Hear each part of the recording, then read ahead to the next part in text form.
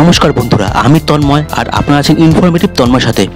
বন্ধুরা, চন্দ্রযান আদিত্য L1 অতীত, এবার ইচ্ছে মতো সূর্যগ্রহণ করা হবে ইসরো। শুরু হলো নয়া অভিযান। হ্যাঁ বন্ধুরা, আপনারা ঠিক শুনছেন, যত সময় এগোচ্ছে ততই একের পর এক সাফল্যের সিঁড়িতে উঠছে ভারতীয় মহাকাশ গবেষণা কেন্দ্র।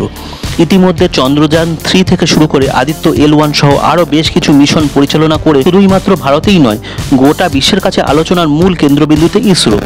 এদিকে ইসরোর গগনযান মিশন নিয়ে আশায় বুক বেঁধেছে মিশনের সঙ্গে জড়িত বিজ্ঞানী থেকে শুরু করে সমগ্র দেশবাসী। কিন্তু এবার ইসরো এমন এক কাজ করতে চলেছে যা শুনলে আপনি চমকে যাবেন। এবার সূর্যগ্রহণ অবধি করাতে পারবে ইসরো। কি শুনে চমকে গেলেন তো? কিন্তু এটাই একদম সত্যি। আরও বিশদভাবে জানতে আমার এই ভিডিওটা আজকে প্রথম থেকে শেষ পর্যন্ত দেখতে থাকুন। অনেকেই হয়তো জানেন না যে ইউরোপিয়ান স্পেস এজেন্সি বা ESA চুপিসারে এমন একটা কাজ করতে চলেছে যা হয়তো ইতিহাসে এর আগে কখনো হয়নি। আর এই এক বিশেষ মিশনের জন্য ESA কে সাহায্য অবধি করবে ইসরো। জানা গিয়েছে যে ইসরো এবং ইউরোপিয়ান স্পেস এজেন্সি যৌথ উদ্যোগে প্রভা 3 মিশন চালু করবে। সবকিছু ঠিকঠাক থাকলে 2024 সালের সেপ্টেম্বরে ভারতের PSLV-তে চালু হতে চলেছে এই মিশনটি।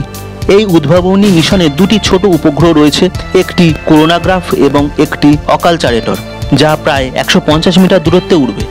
ESA জানিয়েছে যে কৃত্রিম সূর্যগ্রহণ তৈরি করার পরিকল্পনা চলছে। সোজা ভাষায় বললে, মহাকাশে কৃত্রিমভাবে সূর্যগ্রহণ তৈরির লক্ষ্যে ইউরোপিয়ান স্পেস এজেন্সির প্রভা 3 মহাকাশযান উৎক্ষেপণের প্রস্তুতি নিয়ে কোমর বেঁধে ময়দানে নেমেছে ইসরো। কৃত্রিম সূর্যগ্রহণ ছাড়াও মিশনের লক্ষ্য সৌর করোনা এবং সৌর বায়ুর গতিশীলতা অধ্যয়ন করা, যা মহাকাশের আবহাওয়ার ঘটনাগুলিতে গুরুত্বপূর্ণ হবে বলে মনে করছেন বিজ্ঞানীরা। প্রভা 3 এর লক্ষ্য হল নিম্ন এবং উচ্চ করোনার মধ্যে পর্যবেক্ষণমূলক ব্যবধান পূরণ করা। প্রভা 3 মিশন বিজ্ঞানীদের সূর্যের অধরা করোনাকে প্রাকৃতিক গ্রহণের অনুরূপ অধ্যয়ন করতে সাহায্য করবে, যা সৌর গবেষণার জন্য অমূল্য তথ্য সরবরাহ করবে। এই মিশনে ব্যবহৃত দুটি উপগ্রহের মধ্যে রয়েছে একটি 340 কেজি করোনাগ্রাফ এবং আরেকটি 200 কেজির অকালচারেটর।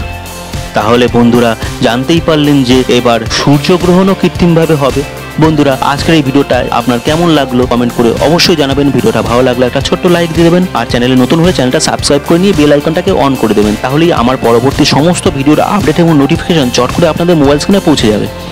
বন্ধুরা, আজকের ভিডিওটা আমি এখানেই শেষ করলাম। পরবর্তী দিনে আরও অসংখ্য এই ধরনের ভিডিও নিয়ে আপনাদের সামনে চলে আসবো। ভালো থাকবেন, সুস্থ থাকবেন। জয় হিন্দ, জয় ভারত।